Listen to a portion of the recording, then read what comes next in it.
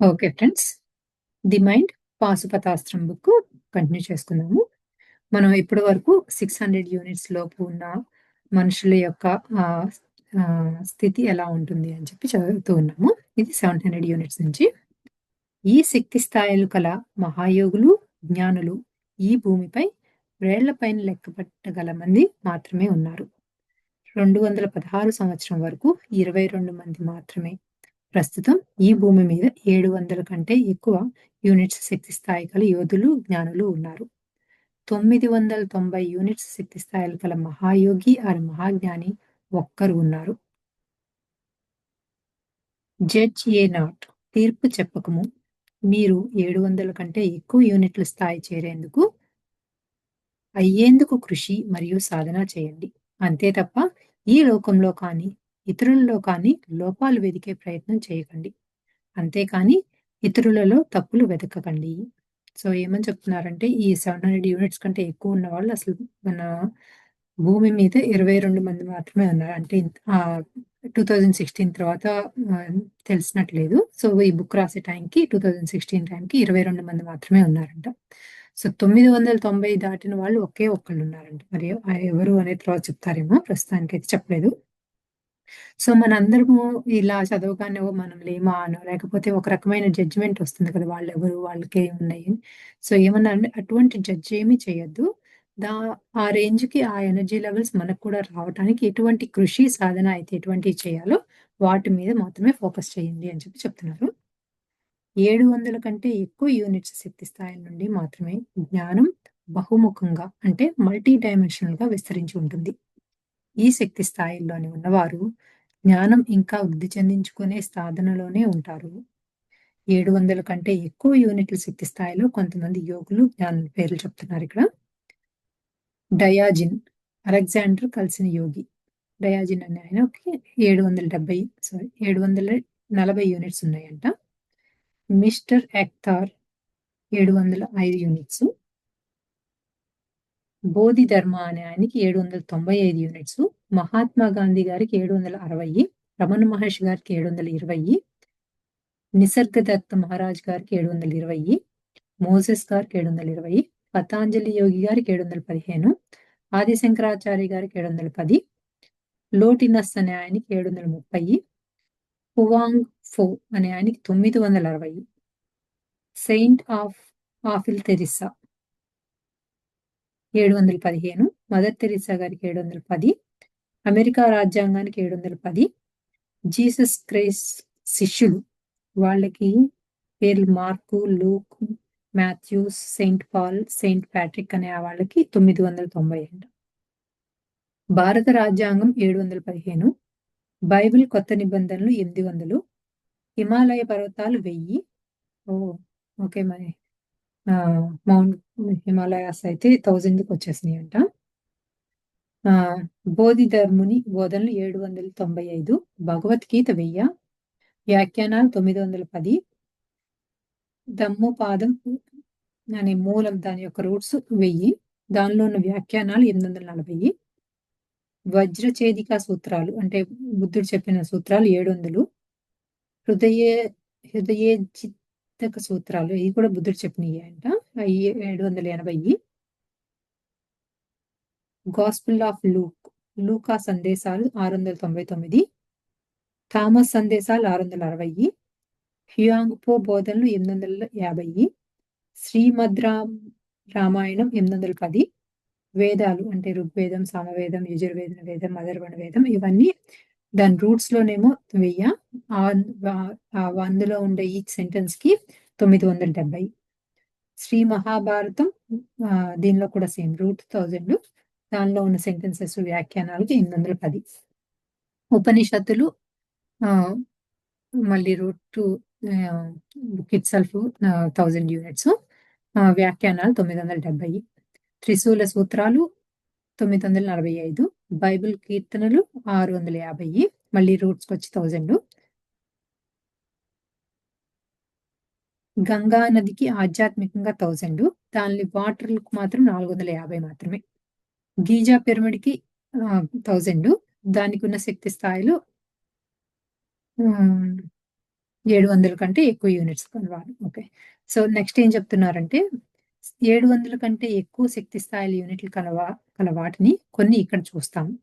మన జీవిత లక్ష్యం కూడా మహాయోగి లేదా మహాజ్ఞాని కావటమే. కృషి ఉంటే మనుషులు ఋషులవుతారు, మహా ఋషులవుతారు. ఎందరో మహానుభావులు అందరికీ వందనములు. ఎందరో మహాయోగులు మనకు నిర్దేశనం చేస్తారు. మనము యోగులం కాగలం. మహాయోగులం కాగలం.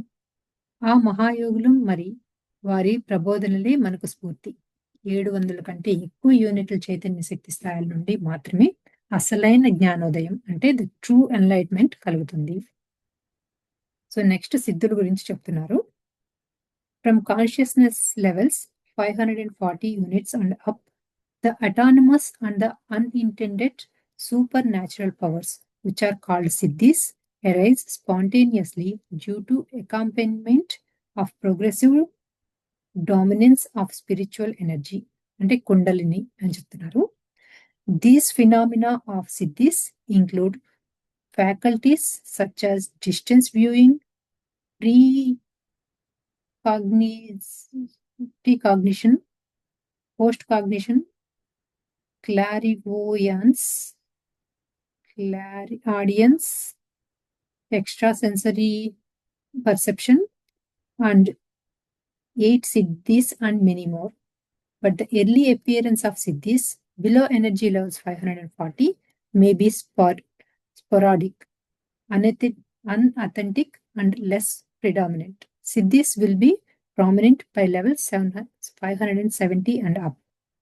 కుండలిని శక్తి ప్రబలంగా ఉంటున్నప్పుడు 540 శక్తి స్థాయిలు చేరినప్పుడు అందులోని రీతిలో స్వయం ప్రతి సిద్ధులు అనబడే అతేంద్రియ శక్తులు సంప్రాప్తిస్తాయి.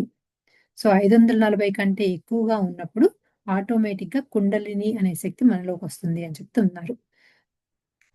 భవిష్యత్ దర్శనం, కాల దర్శనం, ఆకాశ రికార్డులు చదవటం, ఇతర ప్రాంతాలు ఇతర లోకాలను దర్శించటం, దివ్య దృష్టి, ఆకాశవాణిని వినడం, అతేంద్రియ జ్ఞానం, అష్టసిద్ధులు మొదలైనవి ఆటోమేటిక్గా సంప్రాప్తిస్తాయి అని చెప్తున్నారు. ఎవరికి 540 కంటే ఎక్కువ శక్తి స్థాయిలు ఉన్నప్పుడు అని.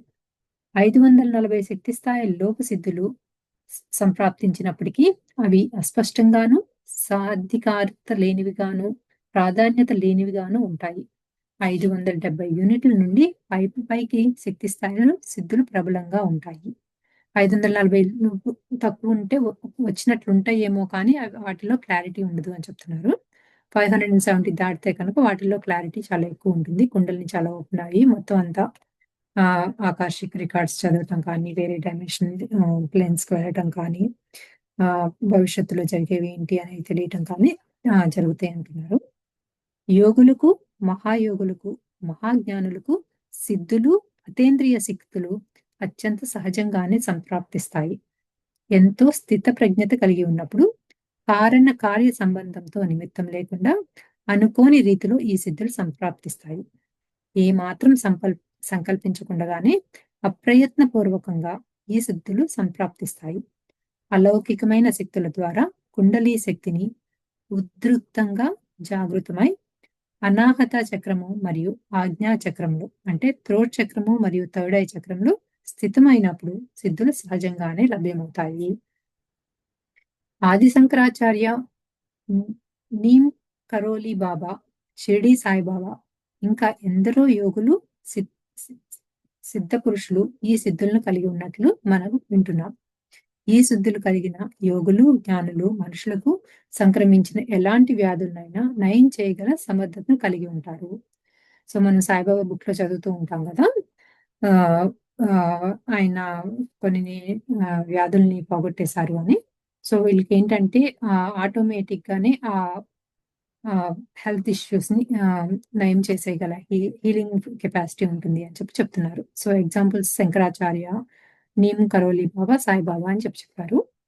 సిద్ధులు అనేవి జ్ఞానోదయం అంటే ఎన్లైట్మెంట్ అయ్యే ముందు సంప్రాప్తించేవి, అంతర్ప్రపంచం నుండి ఉద్భవించేవి. భారతదేశంలో ఎందరో యోగులు, జ్ఞానులు, సిద్ధులు అతేంద్రియ శక్తులను, మహిమలను కలిగి ఉండటం చదివాం. జీసస్ క్రైస్ట్ మరియు ఆయన శిష్యులు కలిగిన సిద్ధుల గురించి కూడా మనం చదివాం. సిద్ధులు అనేవి కోరి సాధించేవి కాదు. 540 కంటే ఎక్కువ శక్తి స్థాయిలు దాటిన తర్వాత అప్రయత్నపూర్వకంగా తమంతట తాముగా సంప్రాప్తిస్తాయి. నెక్స్ట్ అవతార్ గురించి చెప్తున్నారు. శక్తి స్థాయిలు 1000 యూనిట్స్ గల యోగి, జ్ఞాని, అవతార్ అని పిలుస్తారు. ఈ భూమి మీద అత్యున్నతమైన, మహోన్నతమైన ఆధ్యాత్మిక చైతన్య పరిణామం చెందిన వ్యక్తిని అవతార్ అని, లోకరక్షకుడు అని, దేవ సందేశకుడు అని, దైవత్వానికి ద్వారము వంటివాడు అని, భగవాన్ అని, జగద్గురువు అని రకరకాల పేర్లతో సంబోధిస్తారు. అవతార్ అంటే సర్వజ్ఞుడు, సమస్త జ్ఞానం తెలిసినవాడు. ధర్మ సూత్రాలు, ప్రకృతి రహస్యాలు సర్వము తెలిసినవాడు. బ్రహ్మజ్ఞానాన్ని సంపూర్తిగా ఎదిగినవాడు. యోగులకు యోగేశ్వరుడు, మహాయోగేశ్వరుడు. విశేష ధర్మమును సర్వముగా తెలిసినవాడు. సచ్చిదానంద స్వరూపుడు. శ్రీకృష్ణుడు, బుద్ధుడు, జీసస్ క్రైస్ట్, జరాతృష్టుడు, మహావతార్ బాబాజీ వంటి అతి కొద్ది మంది మాత్రమే ఈ భూమి మీద వేల సంవత్సరాలకు ఒకరు అవతరిస్తూ ఉంటారు. మహాయోగులకే యోగి, మహాజ్ఞానులకి జ్ఞాని అయిన వాడే అవతార పురుషుడు. ఈ మహాప్రకృతిలో పరిపూర్ణమైన ఏకత్వాన్ని అంటే వన్నెస్ ని పొందిన యోగీశ్వరుడే ఈ అవతార్. దైవత్వానికి ప్రత్యేకమైన ప్రతినిధి అవతార పురుషుడు. అవతార పురుషుల ప్రవచనాలు, ప్రబోధనలు అన్నీ మహాపరిసత్యాలే, శాశ్వతమైన సత్యాలే. వారి నోటి నుండి వెలువడే ప్రతి మాట కూడా శాశ్వతమైన సత్యమే అవుతుంది, మహాపరివాక్యమే అవుతుంది. ఈ లోకంలో గల సమస్త మానవ జాతి మరియు సమస్త జీవజాతులను ఉద్ధరించగల శక్తి సామర్థ్యాలను కలిగి ఉంటారు. సమస్త మానవ జాతి యొక్క నెగిటివ్ శక్తిని ఈ అవతార పురుషుడు తమ పాజిటివ్ శక్తితో నిలువరించగలడు. సో ఈ అవతార్ అంటే 1000 యూనిట్స్ దగ్గర ఉన్న వాళ్ళు ఉన్న ఎనర్జీస్ ఏమవుతాయి అంటే, మామూలుగా ఉన్న వాళ్ళ ఎనర్జీస్, నెగిటివ్ ఎనర్జీస్ ని పాజిటివ్ ఎనర్జీస్ గా మార్చే అవకాశం ఉంటుంది అని చెప్తున్నారు అనమాట.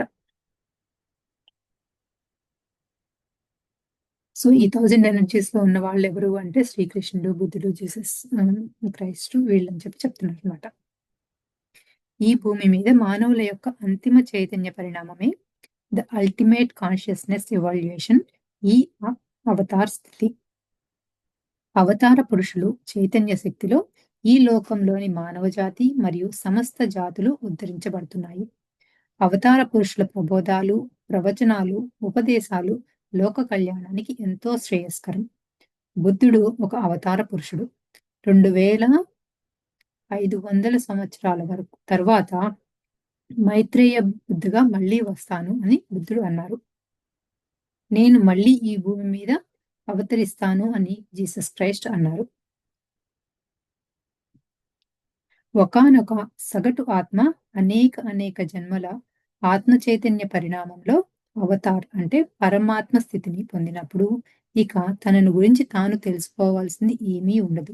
కనుక ఆ పరమాత్మ స్థితిలో లోక కళ్యాణం కోసం అందరి గురించి, సమస్త జీవజాతుల గురించి తనను తాను సృష్టించుకుంటుంది. ప్రపంచంలో అధర్మం పెరిగిపోయినప్పుడు, అందరూ ధర్మాన్ని, సత్యాన్ని మర్చినప్పుడు ప్రజలను ధర్మవర్తనులుగా తయారు చేసేందుకు అవతారులు ఈ భూమి మీద మళ్ళీ మళ్ళీ పుడుతూనే ఉంటారు. శ్రీకృష్ణుడు, బుద్ధుడు, జీసస్ క్రైస్ట్, వేదవ్యాసుడు, మహావతార్ బాబాజీ, వర్ధమాన్ మహావీరుడు, ఇలా ఎందరో అవతారులు ఈ భూమి మీద ధర్మ సంరక్షణ కోసం తమంతట తాముగా సృష్టించుకున్నారు. ప్రజలు ధర్మాన్ని మర్చిపోయి అధర్మాన్ని అనుసరించినప్పుడు అత్యధికంగా చైతన్య పరిణామం చెందిన ఆత్మలు భూమి మీద అవతరించి ధర్మాన్ని ఆచరించే వారిని సంరక్షించుట, దుష్టుల్ని శిక్షించుట చేస్తూ ఉంటారు. పై 3 సందేశాలను అవతార పురుషులు తప్ప మరెవరూ అలా సందేశాలను ఇవ్వలేరు.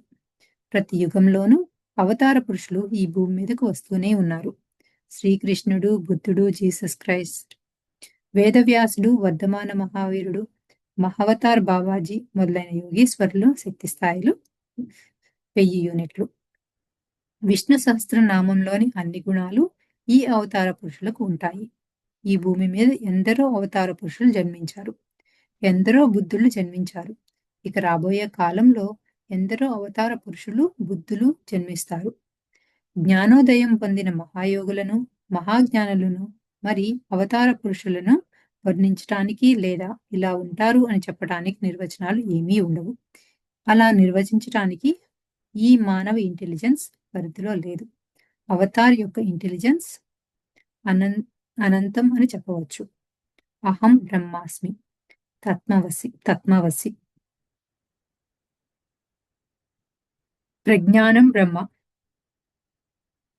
అయమత్ అయమాత్మ అయమాత్మ బ్రహ్మ అనే వేద వాక్యాలు అవ అవతార్ విషయంలో 100కి 100 పాళ్ళు కరెక్టే. ఎందుచేతనంటే బ్రహ్మ పదార్థం అంటే అవతార్ కనుక. అవతార్లను ప్రభువు, భగవాన్, దైవ సందేశకులు వంటి పేర్లతో సంబోధించుకోవచ్చు. విష్ణు సహస్రనామాలు అన్నింటిలోనూ సంబోధించవచ్చును. భూమి మీద ఈ లోకంలో గల సమస్త మానవజాతి మరియు సమస్త జీవజాతుల నెగటివ్ శక్తులను ఎదురొడ్డి నిలువరించగల పాజిటివ్ శక్తిని ఒక అవతార్ కలిగి ఉంటారు. సో నెగిటివ్ శక్తి ఏదైతే ఉందో దాన్ని కౌంటర్ బ్యాలెన్స్ చేస్తూ పాజిటివ్ గా మార్చేది ఈ అవతార్ అనే శక్తి అని చెప్తున్నారు.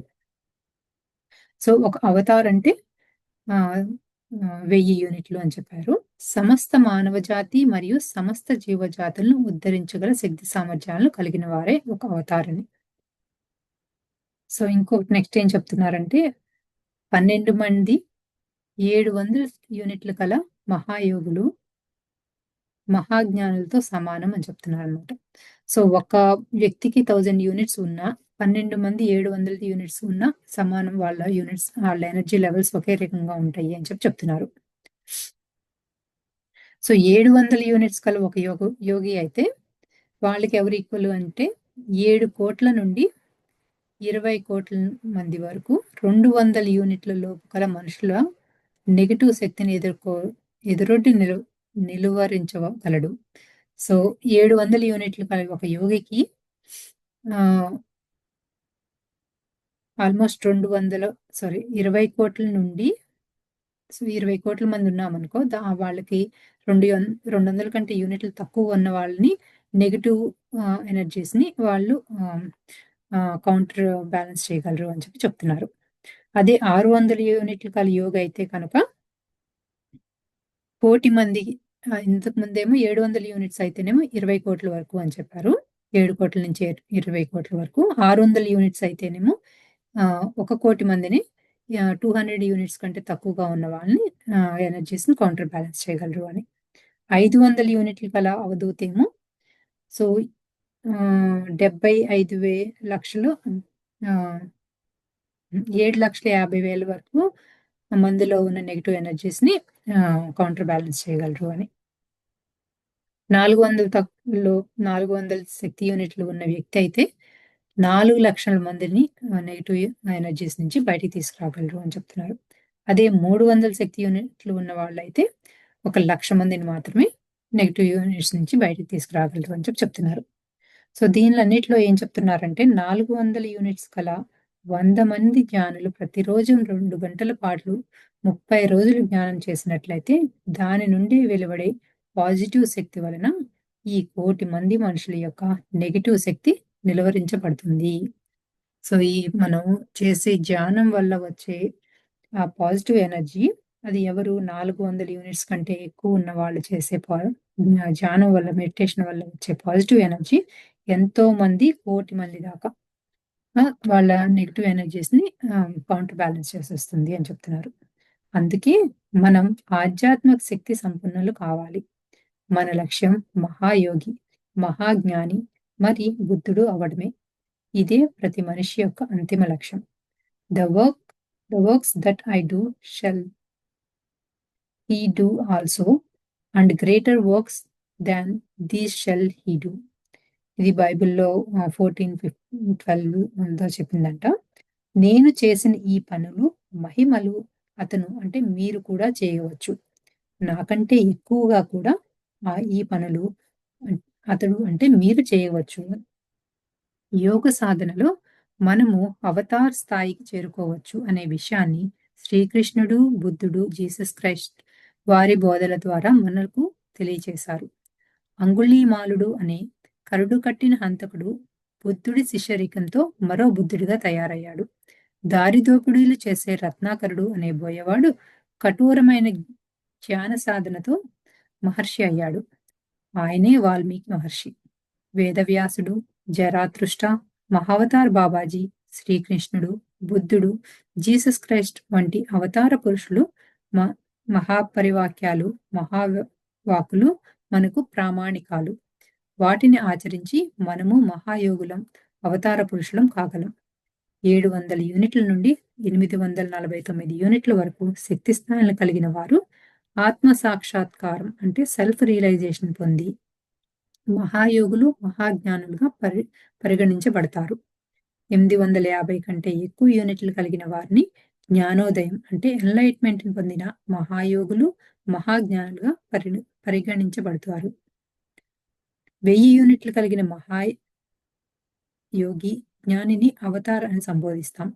అవతార్ పురుషోత్తముడు, దైవ సందేశకుడు, లోకరక్షకుడు, భగవాన్, యుగ పురుషుడు, మహావతార్, సర్వజ్ఞుడు, మహాద్రష్ట, యోగేశ్వరుడు ఇలా ఎన్నో నామాలతో పిలిచినా ఒకటే. విష్ణు సహస్ర నామాలు అన్ని అవతార్కు వర్తిస్తాయి. అన్నమాచార్యులు, చాగయ్య, శ్రీరామదాసు ఎందరో కీర్తించిన ఈ అవతార పురుషులనే. మన అందరి యొక్క జీవిత లక్ష్యం మహాయోగి, మహాజ్ఞాని అవతారం కావటమే. ఈ ప్రపంచంలోని లోపాలు మరి మనుషుల లోపాల గురించి ఆలోచించకుండా మనం మహాయోగులు, మహాజ్ఞానులం పరివర్తన చెందుతాం. ఇది మన జన్మ లక్ష్యం. ఓం శాంతి శాంతి శాంతి. సో ఈ చాప్టర్ తో మొత్తం అసలు 0 నుంచి 1000 యూనిట్స్ వరకు ఉన్నప్పుడు మన స్థితి ఎలా ఉంటుంది, ఎవరు ఎలా ఉంటారు, వారి వల్ల పాజిటివ్ ఎనర్జీస్ వల్ల వచ్చే లాభాలు ఏంటి అనేది చెప్పారు. నెక్స్ట్ చాప్టర్ వచ్చి శక్తి స్థాయిలను కనుక్కోవటం ఎలా. దీన్ని కైనిసాలజీ అని చెప్పి ఒక ఉంది ఒక చాప్టర్. సో దాన్ని కంటిన్యూ చేసుకుందాం. మానవులు, ఇతర జాతులు మరి ఈ భూమిపైన కల అన్ని సంఘటనలు, అన్ని విషయాలు, అన్ని వస్తువుల యొక్క చైతన్య శక్తి స్థాయిలను మనం ఇప్పుడున్న శాస్త్రీయ పద్ధతుల్లో అంటే సైంటిఫిక్ మెథడ్స్ తో ఖచ్చితంగా లెక్క కట్టవచ్చును. ఈ ప్రపంచంలో ప్రతి వస్తువుకు, ప్రతి భౌతిక సంఘటనకు, ప్రతి విషయానికి, ప్రతి మనిషికి, ప్రతి ప్రాణికి ఒక్కొక్క శక్తి స్థాయి అంటే ఎనర్జీ లెవెల్స్ ఒక నిర్దిష్ట ఫ్రీక్వెన్సీ లో ఉంటుంది. అలాగే మనుషుల్లోనూ ప్రతి మనిషి కూడా ఒక నిర్దిష్టమైన ఫ్రీక్వెన్సీలో ఒక శక్తి స్థాయిని లేదా చైతన్య శక్తిని కలిగి ఉంటాడు. ఆ శక్తి స్థాయిని అనుగుణంగా అతని గుణాలు కూడా ఉంటాయి. సో ఇంతకుముందు చాప్టర్స్ లో చెప్పినట్లే మనకున్న ఎనర్జీ లెవెల్స్ ని బట్టి మన క్వాలిటీస్ ఉంటాయి అని చెప్తున్నారు కదా. ఈ శక్తి స్థాయిలను అంటే చైతన్య శక్తి స్థాయిలను కొలవటానికి ఉపయోగించే సైన్స్ ని కైనిషియాలజీ అని పిలుస్తారు. మొదటిసారి కీర్తి 1971వ సంవత్సరంలో డాక్టర్ గుడ్ హార్ట్ అనే శాస్త్రవేత్త మిషిగన్ విశ్వవిద్యాలయంలో ప్రొఫెసర్గా ఈ కైనిషాలజీని అభివృద్ధి చేశారు. ఆయన తన పుస్తకం ద అప్లైడ్ కైనిషాలజీ అనే పుస్తకంలో ఈ శక్తి స్థాయిలను కొలవటానికి సరైన పద్ధతులను చాలా చక్కగా వివరించారు. సో 1971లో ఇది ఇక్కడ మిషిగన్ యూనివర్సిటీలో ఉన్న ప్రొఫెసర్ దీని గురించి చెప్పారు అని చెప్తున్నారు. కైనిషాలజీని మరింత అభివృద్ధి చేసిన శాస్త్రవేత్త డాక్టర్ జాన్ డైమండ్. ఈయన యూనివర్సిటీ ఆఫ్ సిడ్నీ నుంచి అంట. ఆయన your body does not like అనే గ్రంథం, life energy, unlocking the hidden power of your emotions to achieve well being, ఈ 2 పుస్తకాలని ఆయన రాశారంట. జాన్ డైమండ్ గారు మొదలైన గ్రంథాలు రచించారు. ఈయన అప్లైడ్ కైనిషాలజీపై విస్తృతమైన పరిశోధనలు చేశారు. ఆయన గురించి మీరు www.drjohndiamond.com అనే వెబ్సైట్లో అన్ని విషయాలను తెలుసుకోవచ్చు. ఆయన రాసిన కొత్త పుస్తకం మెడిసిన్ అండ్ బియాండ్ అందరూ తప్పకుండా చదవండి. ప్రస్తుతం ఈయన న్యూయార్క్ నగరంలో holistic consultant and holistic healing ప్రాక్టీషనర్గా పనిచేస్తున్నారు. ఈయన గైనకాలజీ మరియు హోలిస్టిక్ హీలింగ్ పైన 10కి పైగా పుస్తకాలు రచించారు. ఈయన పుస్తకంలోని కొన్ని అంశాలను స్పిరిచువల్ ఇండియా ద్వైమాన పత్రికలో గత సంవత్సరం 1915లో ప్రకటించారు. సో, ఈ పుస్తకాన్ని రాసింది 1916. సో, అప్పటి వరకు ఉన్న ఇన్ఫర్మేషన్ చెప్తున్నారనమాట. సో, ఇక్కడ ఉన్న వెబ్‌సైటు జాన్ డైమండ్ గారిది. మనం మేబీ తర్వాత విజిట్ చేసి దానిలో మనకేమన్నా ఇన్ఫర్మేషన్ నచ్చితే దాని గురించి కూడా ఒకసారి డిస్కస్ చేసుకోవచ్చు. డాక్టర్ లూన్స్ కార్ల్ హాలింగ్ అనే ఆయన రసాయన శాస్త్రంలో నోబెల్ బహుమతి గ్రహీత. నోబెల్ బహుమతి గ్రహీత అను ప్రత్యా ప్రఖ్యాత శాస్త్రవేత్త కైనెసాలజీని చాలా అభివృద్ధి చేశారు. 2 వివిధ రంగాల్లో అంటే కెమిస్ట్రీ మరి శాంతి నోబెల్ బహుమతులు పొందిన ఏకైక వ్యక్తి ఈయన. సో, లైన్ కార్ల్ పాలింగ్ అనే ఆయన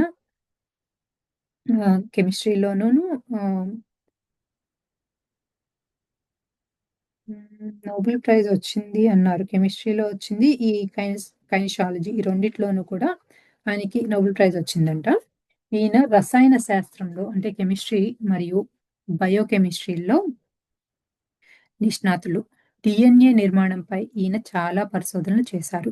క్వాంటం భౌతిక శాస్త్రంలో అంటే క్వాంటం ఫిజిక్స్‌లో నిష్ణాతులు అయ్యారు ఈయన.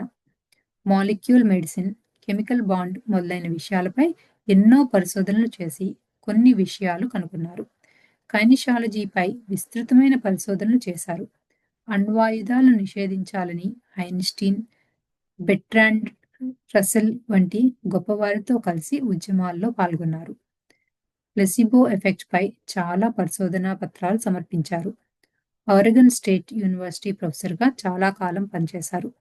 నో మోర్ వార్ అనే పుస్తకం ద్వారా ప్రపంచ శాంతికి, అణ్వస్త్ర బాంబులను నిర్మూలన చేయాలని చాలా కృషి చేశారు. 1994వ సంవత్సరంలో వారు దేహపరిత్యాగం చేశారు. సో, ఈ డాక్టర్ లీనస్ కార్ల్ పాలింగ్ గురించి చాలా చెప్పారనమాట. సో, ఈయన కెమిస్ట్రీలోను, ఈ కైనెసాలజీలోను చాలా ఆహ్, హ్మ్. ఆహ్, రిసర్చ్ చేసి తర్వాత ఈయన 'నో మోర్ వార్' అనే బుక్స్ రాసారు. దానికి సంబంధించి ఆహ్, వాళ్ళతో చాలా ఉద్యమాల్లో కూడా పాల్గొన్నారు అని చెప్పారు. కైనెసాలజీపై మరింతగా విస్తృతమైన పరిశోధన చేసిన మరొక శాస్త్రవేత్త డాక్టర్ డేవిడ్ ఆర్. హాకిన్స్. ఈయన ఎండీ, పీహెచ్‌డీ. ఈయన న్యూయార్క్‌లో ప్రఖ్యాత మానసిక వైద్యులు. డజనుకు పైగా గ్రంథాల రచయిత, ప్రముఖ ఆధ్యాత్మిక శాస్త్రవేత్త, ప్రపంచ స్థాయి వక్త. ప్రపంచంలోని చాలా ఆధ్యాత్మిక సంస్థలు వివిధ అవార్డులు, బిరుదులతో ఆయన్ను ఘనంగా సత్కరించారు. ప్రపంచంలోని ప్రముఖ విశ్వవిద్యాలయాల్లో ఆధ్యాత్మిక శాస్త్రంపై ప్రసంగాలు ఇచ్చారు. సో, ఈయన ఇంకొక ఆయన అనమాట డేవిడ్ ఆర్. హాకిన్స్ అనే ఆయన. నెక్స్ట్ ఈయన గురించి చెప్తున్నారింకా. తను కౌన్సెలింగ్ ద్వారా ప్రపంచ దేశాల మధ్య మరి ప్రపంచంలోని అన్ని అతి పెద్ద సమస్యలను పరిష్కరింపచేశారు. ఈయన లూనస్ కార్ల్ పాలింగ్‌తో కలిసి పరిశోధనలు చేసి ఆర్థోమాలిక్యులర్ సైకియాట్రీ అనే గ్రంథం కూడా రచించారు. కైనెసాలజీ పైన అనేక పరిశోధనలు చేసిన ఒక డజనుకు పైగా ఆధ్యాత్మిక గ్రంథాలు రచించారు.